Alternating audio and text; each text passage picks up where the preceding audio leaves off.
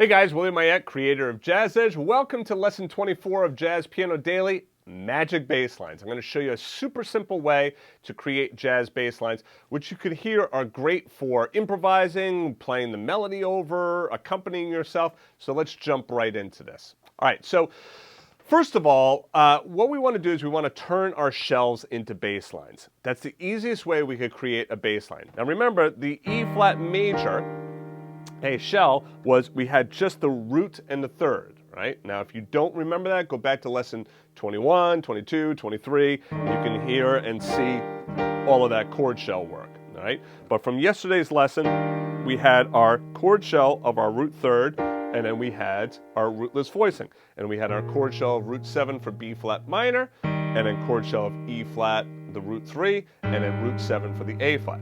Look at now what I'm doing here, right? So this is the root, the third. This is the fifth I went down to, and then back to the third. What's this? Root 7, root 3, root 7, fifth, 7. Okay? So you'll notice that I'm utilizing the chord shells to create the bass line. And also notice what's going on in the left hand here. This is all quarter notes, right? All quarter notes.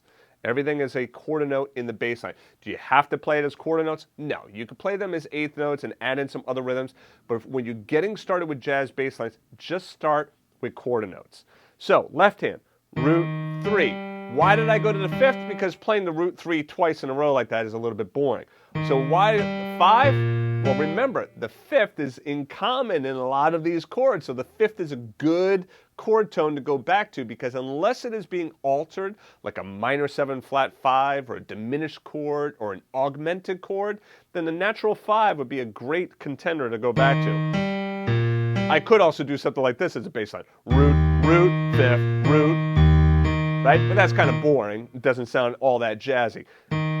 This is a little bit better, right? And then root 7 for B flat, root 3 for E flat, root 7. Again, rather than playing root 7 again, I go root 7, fifth, 7th. Okay? Just to create a little bit of alteration there. Now, let's apply this now to Misty.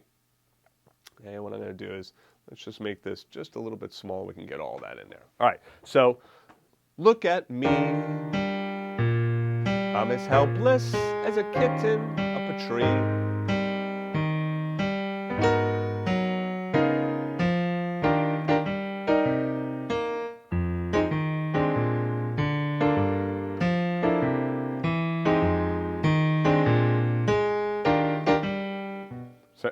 So it works extremely well. And I could be playing the chords in the right hand. I could also be improvising in the right hand.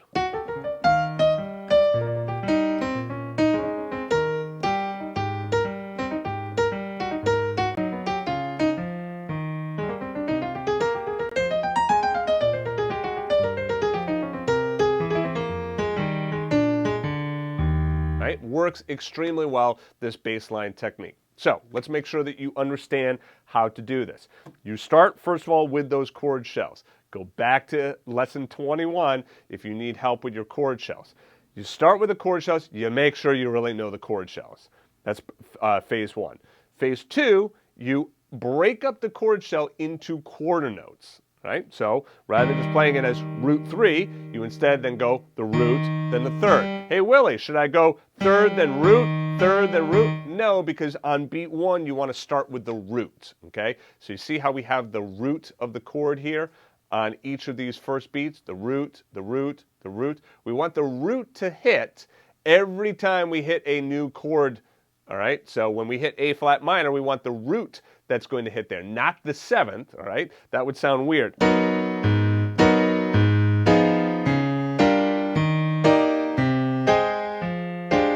Right? So it sounds weird when you hit the root afterwards, all right? So hit the root when you're hitting the chord, right? Every time you hit a new chord, hit the root. And then the next note after that is whatever the next note in your chord shell is, the root and the third, or we could also go down to the fifth like we said.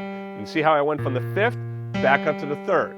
You might say, hey, Willie, can I go fifth back up to the root? Sure, try it. There's no one right way of playing a bass line. This is just designed to give you a real quick, simple way of being able to make a bass line on the fly. Now, the other thing that you'll notice is that you might want to play this down an octave, right?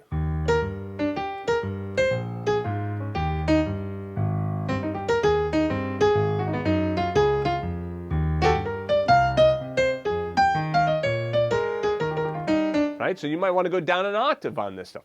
Absolutely fine. You can move the bass line up or down an octave as you see fit.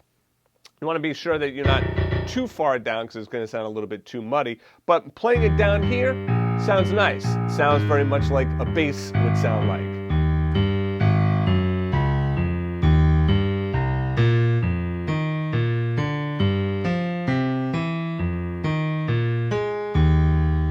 And again, on the B flat 7 here, see how I went up to the root 7? I could also go to the root 3, which makes it easier for me to get back down to this E flat if I decide to play it down here. So remember, all of these little tweaks and changes, you're welcome to do any of that. Start with this first, though. This will give you a pretty good idea of how you could create your bass lines just from your chord shells, right? As we go on and we do other songs with chord shells and kind of flesh that out a little bit more, you'll have other opportunities to create these bass lines. So hang with me, and then if you don't fully get it, don't worry, you will get it down the road. All right, so now, if you would like to grab the sheet music for today's lesson, please do me a favor. Go back to jazzpianodaily.com or just take a look at the card that just popped up in on YouTube, right? You can go back there, put in your name and your email address, and you can download a bunch of the sheet music. If you enjoyed these videos, please subscribe to the channel. I got a lot more of these coming. Be sure to like the video and then also turn on notifications. All right, that's it for me. Thanks, guys. I'll see you back at Jazz Piano Daily. Have a good one.